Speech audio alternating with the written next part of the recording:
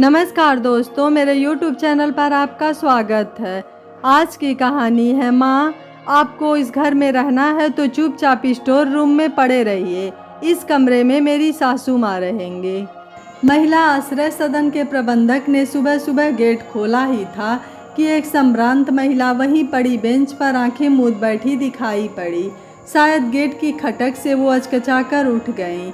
आप? प्रबंधक अनुराग ने पूछा। जी हाँ, कैसे? आपके आश्रय सदन में रहने की जगह चाहिए। ज़रूर अम्मा, यहाँ हर दुखी महिला को आश्रय मिलता है। लेकिन आप बाहर क्यों बैठी थीं? अनुराग आश्रय सदन की सभी महिलाओं को अम्मा कहकर ही संबोधित करते। रात को 2 बजे यहाँ पहुँची। इतने रात को किसी की नींद खराब करने का मन नहीं हुआ। चौकीदार तो रहता ही है, आप दरवाज़ा खटखटा देती। खैर, थोड़ी सी औपचारिकताएं पूरी करनी होंगी तो आप ऑफिस में चलकर पूरी कर दीजिए। जी ज़रूर। पहनावा ओढ़ावा से किसी कुलीन परिवार की महिला लग रही थी।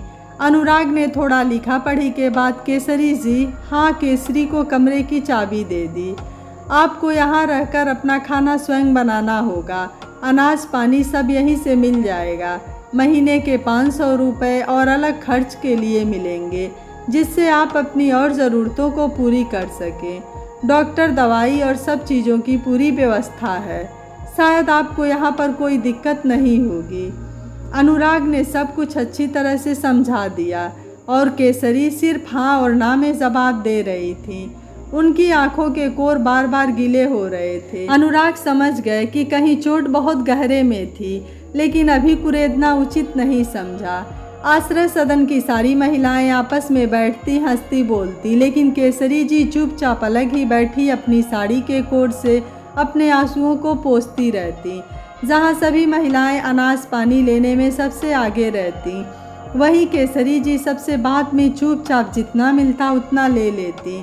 केसरी को उस सदन में आए लगभग 4 महीने व्यतीत होने को आए और अनुराग को पता नहीं क्यों उनसे या उनके आचरण से एक लगाव सा हो गया और वो चाहते थे कि केसरी जी अपना दुख किसी से कहें तो इनका मन हल्का हो जाए। कभी कभी उस सदन में अनुराग अपनी पत्नी को भी सबसे मिलवाने के लिए ले आते थे। एक दिन अनुराग अपनी पत्नी को साथ लेकर और केसरी जी के कमरे में चले गए। अनुराग और मालती ने केसरी जी के पैर छुए और वहीं उनके पलंग पर बैठ गए। केसरी अचकचाकर उठने लगी। बैठी रहिए अम्मा, एक माँ को बेटे के साथ बैठने में कैसी झिझक। और अनुराग ने केसरी जी का हाथ पकड़कर अपने पास बिठा लिया। केसरी जी की आंखों से आंसुओं की अविरल धारा बहने लगी। अम्मा, मैंने सिर्फ इस सदन में इसलिए काम करना स्वीकार किया क्योंकि मुझको बचपन में माँ का प्यार नहीं मिला और मैं इस सदन की हर अम्मा को माँ की ही दृष्टि से देखता हूँ। अम्मा, सब आपस में हंसते बोलते हैं, लेकिन आप एक कोने में चुपचाप बैठी रहती हैं। कह दीजिए अपने दर्द को, वरना अंदर ही अंदर नासूर बन जाएगा। अनुराग ने हमदर्दी के साथ केसरी जी का हाथ पकड़ लिया।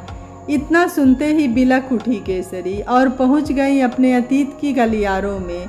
बेटा सुमित, शायद मेरी ज़िंदगी के थोड़े ही दिन बचे हैं, लेकिन तुम और बहू दोनों अपनी मम्मी का बहुत ख्याल रखना, इसको कोई कष्ट मत देना। नरेंद्र को गंभीर बीमारी ने घेर लिया था। कैसी बातें कर रहे हैं बाबूजी, ये मेरी माँ है, इनको मैं कोई कष्ट कैसे दे सकता हूँ। सुमित केसरी का हाथ पकड़ कर बोला। आखिर एक दिन नरेंद्र ऐसे सोए कि सुबह उठे ही नहीं। केसरी का तो सब कुछ लुट गया। नरेंद्र ने ये अच्छा किया कि मकान और बैंक के खाते सब केसरी के ही नाम थे। शुरू में तो सुमित और काजल केसरी का बहुत ध्यान रखते। केसरी को बहुत अच्छा लगता कि मैं बहुत भाग्यशाली हूँ जो भगवान ने मुझको इतने अच्छे बच्चे दिए, और वो इस बात के लिए फूली नहीं समाती। केसरी तो परेशान ही थी, तो वो बैंक से रुपए लाने के लिए सुमित को चेक पर हस्ताक्षर करके दे देती और सुमित रुपए निकाल कर केसरी जी को दे देता, क्योंकि बेटा बहू इतने अच्छे थे कि शक की कोई गुंजाइश ही नहीं थी। समय व्यतीत होने लगा।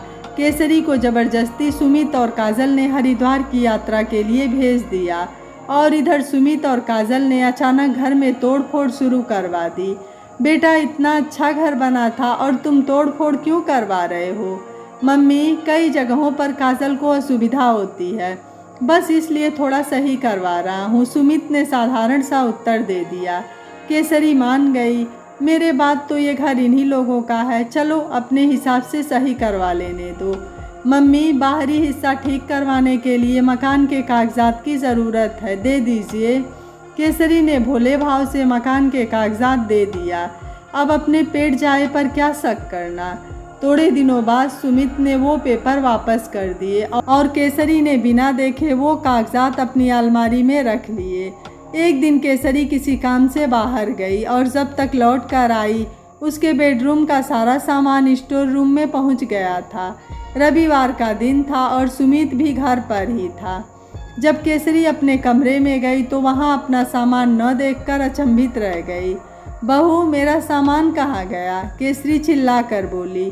चिल्लाइए मत, आपका सारा सामान स्टोर रूम में लगा दिया है और अब इसमें मेरी मम्मी बीमार हैं तो वो आ रही हैं तो वो यहीं रहेंगी।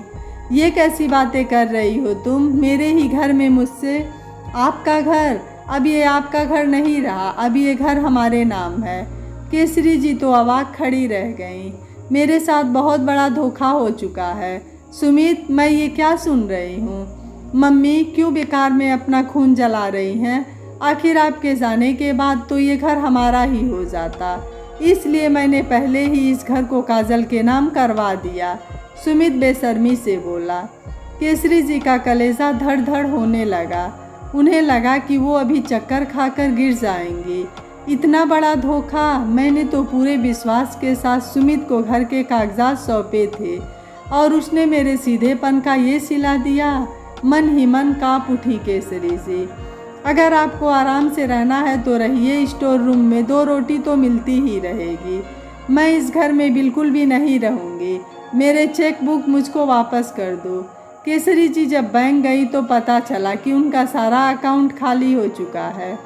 वो सिर पकड़कर वहीं पड़ी कुर्सी पर धम्म से बैठ गईं। मुझे मेरे बेटे बहू ने कहीं का नहीं छोड़ा, अब मैं उस घर में वापस नहीं जाऊंगी। केसरी जी ने हाथ में पहनी अंगूठी निकाली और सुनार की दुकान पर पहुंच गई और जितने रुपए मिले चुपचाप अपने पास रख लिए और सीधे वृंदावन जाने वाली गाड़ी पर बैठ गईं और आश्रय सदन पहुंच गईं, जिसका पता उसकी सहेली ने एक बार बातों ही बातों में बताया था। केसरी फपक फपक कर रोने लगी। अम्मा, आप इतना दर्द अपने अंदर ही अंदर समेटे थी, लेकिन आपको भगवान ने इस बेटे के पास भेज दिया। आज से आप सचमुच मेरी माँ हैं। अनुराग और उसकी पत्नी की भी आंखों से आंसू बह रहे थे। क्या ऐसी भी औलादें होती हैं? अनुराग बेटा, तुमको भगवान खूब खुश रखे। तुम सचमुच भगवान का अवतार हो जो इतने दुखी लोगों का दुख सबका बेटा बनकर बांट रहे हो। केसरी ने आशीर्वादों की झड़ी लगा दी। आज केसरी जी के दिल का दर्द आंखों के रास्ते बह निकला था और आज वो अनुराग को बेटे के रूप में पाकर सचमुच बहुत खुश थे। दोस्तों, क्या कोई औलाद ऐसी भी होती है जो अपने ही माँ पिता के साथ इतना बड़ा धोखा कर सकती है? सच में विश्वास ही नहीं होता है कि कोई अपने माँ के साथ भी ऐसा कर सकता है। दोस्तों, यह कहानी हमें यह सिखाती है कि हमें किसी पर भी भरोसा नहीं करना चाहिए बुढ़ापे में, चाहे वो अपनी औलाद ही क्यों ना हो। यह कहानी आपको कैसी लगी, आप हमें अपनी राय कमेंट बॉक्स में ज़रूर दीजिएगा। वीडियो पसंद आया है तो वीडियो को लाइक, शेयर एंड चैनल को सब्सक्राइब कर लीजिएगा। Thank you for watching. मिलते हैं अगली कहानी में।